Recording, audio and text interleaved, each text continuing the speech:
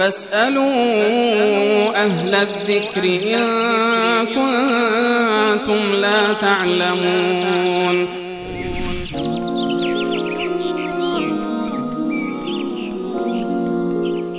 اولین بیننده در مورد رزق و روزی سوال کردن، پرسیدن که چه کارهایی در افزایش رزق و روزی مؤثر است؟ بفرمایید. بسم الله الرحمن الرحیم و به نستعین و صلی الله علی نبینا محمد و علی آله و صحبه اجمعین. رزق در واقع یکی از مواردی هست که الله متعال قبلا برای انسان مقدر کرده، همان گونه که عمر انسان مقدر شده، تعیین شده، کم و کاسی در آن امکان پذیر نیست، نه کم می شود و نه اضافه می شود. رزق رو هم الله متعال تعیین کرده، جزء تقدیراتی هست و جزء سرنوشتی هست که الله متعال برای انسان مقدر کرده.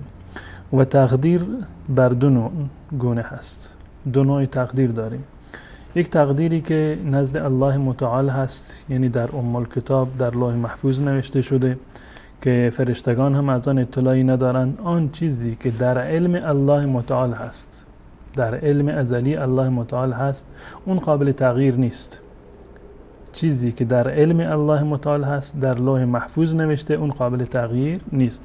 منتها نامه هایی که به دست فرشتگان هست که در هر سال مثلا به فرشتگان داده می شود که اینو اجرا بکنن در شب قدر، در این نامه هایی که در اختیار فرشتگان هست این قابل تغییر هست. چه بسا الله متعال رزق یک انسانی را یا عمر یک انسانی را معلق گذاشته باشه، بدین معنی که خود الله متعال میداند که آیا این انسان فلان کار رو انجام میدهد که باعث ازدیاد عمرش بشود یا ازدیاد روزیش بشود یا خیر. الله متعال همه چیز رو میداند، اما فرشتگانی که اون نامه در دستشون هست و اون احکامی که به اونها داده که اجرا بشه در دستشون هست، آنها اطلاع ندارن.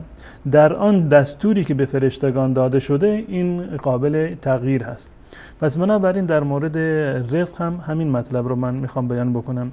علمی که نزد الله متعال هست در لوح محفوظ نوشته، هر چیزی که برای انسان مقدر شده و هر مقدار رزقی که تعیین شده اون قابل تغییر نیست.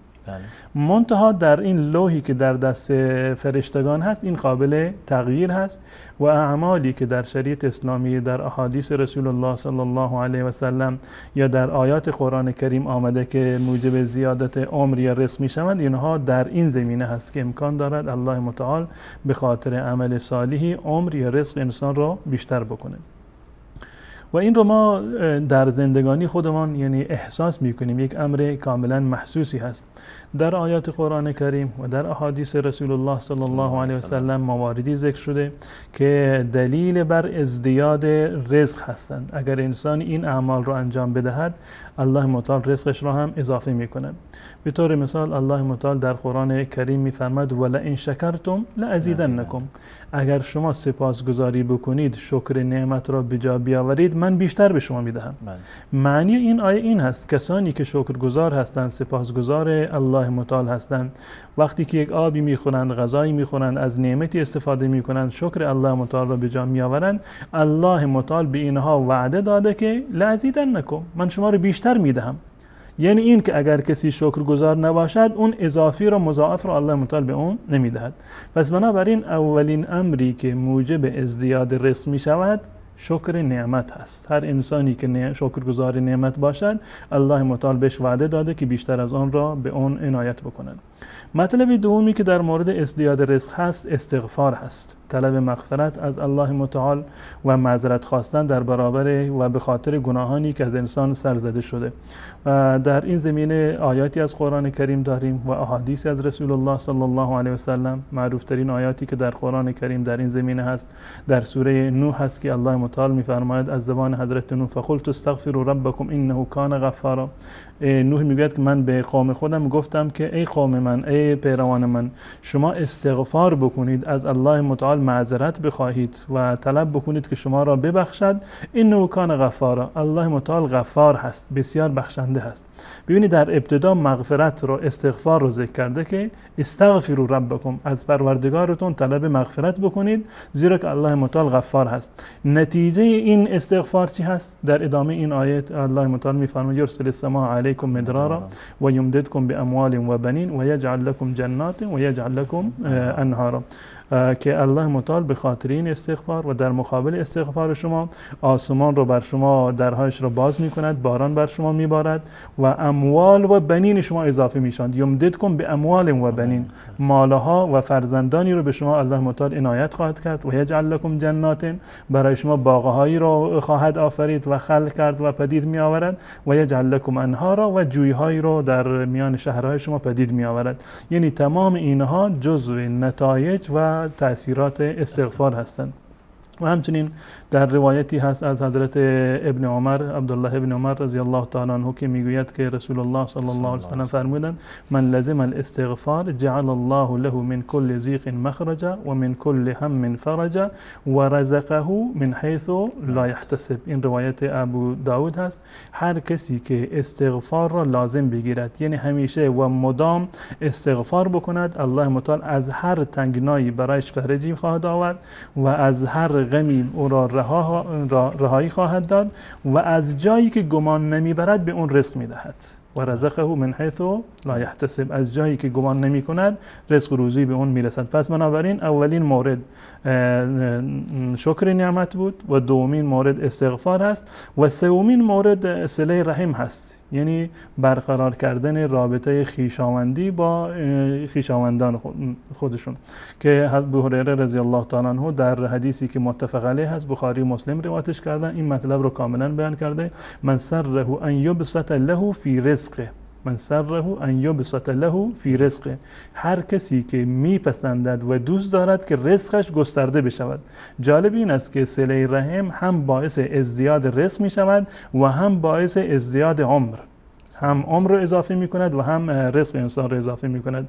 من سره ان یبسط له فی رزقه و ینسأ له فی اثره، تا اینکه اثرش بیشتر بماند، نقش قدمش بیشتر بماند، که این تعبیر از که عمر طولانی هست. در ادامه رسول الله صلی الله علیه و سلم می‌فرماند فلیصل رحمه، رابطه خویشاوندی خودش را برقرار بکند. پس بنابراین این مورد سوم هست. مورد چهارم احسان به فقرا هست که رسول الله صلی الله علیه و سلم در حدیث صحیح بخاری می‌فرماند ابغونی عند ضعفایکم، مرا تلاش بکنید، دنبال من بگردید نزد ضعفایتان. و در ادامه می‌فرماید هل تنصرون و ترزقون الا بضعفایکم، آیا مگر غیر از این است که شما را الله متعال یاری می‌دهد و به شما رزق می‌دهد؟ به خاطر چی؟ به خاطر ضعفایتان، خاطر همین افراد ستم دیده که در میان شما هستند. پس بنابراین رسیدگی به ضعفا و مستمندان هم یکی از اسباب زیاد شدن رزق است. و پنجمین مورد که خیلی مهم هست دعا هست، که انسان همیشه دعا بکند. اگر از الله متعال چیزی رو بخواهد الله متعال اجابت میکند. از الله متعال همین مطلب رو درخواست بکند که پروردگار به من رزق حلالی عنایت بکن، رزق حلال و رزق مبارکی رو به من عنایت بکن. این جز دعاهایی هست که الله متعال ان شاء الله اجابت خواهد کرد. و در این زمینه دعاهایی هست در سنت رسول الله صلی الله علیه و سلم بیان شده، به طور مثال اللهم اکفنی بحلالک و عن حرامک واغننی بفضلک عمن سواک، پروردگارا مرا کفایت بکن با رزق حلالی که به من میدهی، مرا کفایت بکن از حرام. این اینقدر من رزق حلال داشته باشم که دنبال حرام من نروم. واغننی بفضلک عمن سواک، و مرا غنی و بی نیاز بگردان از غیر خودت، هر کسانی که غیر از تو هستند مرا از همه آنها بی نیاز بکن. این دعا هم برای ازدیاد رزق مفید هست و هم برای پرداخت کردن دین. کسی که مقروض هست این دعا را انشالله همیشه ورد زبان بکند، قطعا تأثیر مثبتی خواهد داشت و الله متعال هم رزقش را اضافه خواهد کرد و هم قرض و وام او را پرداخت خواهد.